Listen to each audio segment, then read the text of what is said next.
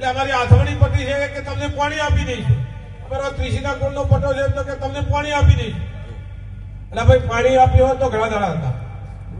આ રીતે બાજુ પથાણા તરફનો ભાગ છે તો કિંમતને એમ કહેવામાં આવે છે કે અમે પથાણાથી તાલુકો બનાવી દઈશું.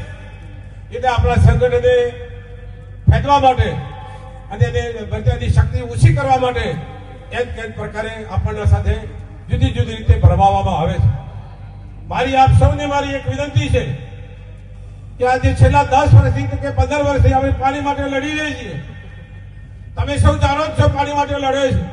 દરેક ધારાસભ્યને જ્યાં જ્યાં ચાન્સ મળ્યો છે ત્યાં એમને મીડિયા મારફત કે પોતાના માધ્યમ મારફત અથવા વિધાનસભાના ગુરુના સ્ટેજ ઉપર પોતે પાણી માટેની વાતો કરી છે. પણ હું આજ આપને ખાતરીપંચ કહું છું, સરકારના અધિકારીઓ અને મીડિયાને પણ હું કહેવા માંગુ છું કે પાણી માટે ધોધરા તાલુકાને કમાન્ડ એરિયામાં પણ લીધેલો નથી. ધોધરા તાલુકાના કમાન્ડ એરિયામાં નથી લીધો તો પાણી ક્યાંથી આપવાના છે? કોઈ એમ કહે છે કે તમારા તળાવ ભરવાના છે. હું આજે ખાતરીબંધ તમને કહું છું કે ધોધરા તાલુકાના બાપજીભાઈને પણ મેં વાત ધ્યાન ઉપર લાવી કે તમે પ્રશ્ન પૂછજો અને ધોધરા તાલુકાનું એક પણ તળાવ તમારા નકશામાં નથી. જયારે નકશામાં નથી તો તળાવ પાણીનું ક્યાંથી ભરાવાનું છે? છતાં આપણે કેટલા ભોળા છે, કંઈક ને કંઈક વાતમાં આવી જઈએ છે અને વાતમાં આવી અને એમની વાતમાં આવીને જો ડરીને આપણે વાતનો રસ્તો છોડી દઈએ છીએ. મિત્રો, કોઈ પણ કામ કરવું છે, સરકારના સામે લડવું છે. આપ જોઈ શકો પંજાબ અને હરિયાણાના માણસો 700 ખેડૂતો જયારે મર્યા ત્યારે એમને વાત સરકારે સાંભળી હતી. એ સરકાર એ ખૂબ જાડી ચોપડીની હોય છે એટલે આપણે સૌએ સજાગ રહી અને આપણે આપણી રીતે આપણા આંદોલન છે એને મજબૂત બનાવવું પડશે. હજુ સુધી પણ કોઈ પણ કાર્યક્રમ આપવામાં આવે એ કાર્યક્રમમાં સૌ પાછળ ન કરતા તમે છો તો અમે છીએ.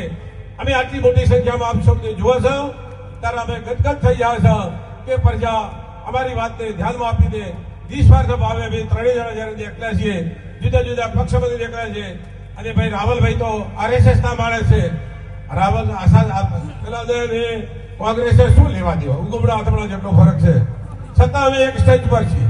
એનું કારણ એક જ છે, ધાનેરાનો પ્રશ્ન છે, ધાનેરાની પ્રજાનો પ્રશ્ન છે, ધાનેરાની પ્રજાને વાત આપવા માટેનો વાત છે. આપ જુદી જુદી રીતે ભરમાવે તો આપ સૌ ભરમાશું નહીં અને આપણે બધા સૌ વળગી રહીશું.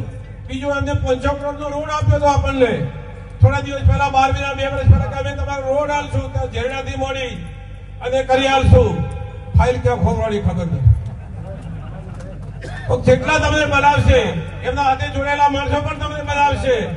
પણ આજની તારીખમાં કોઈ ઠેકાણું તમને ખાતરીબંધ કહું છું.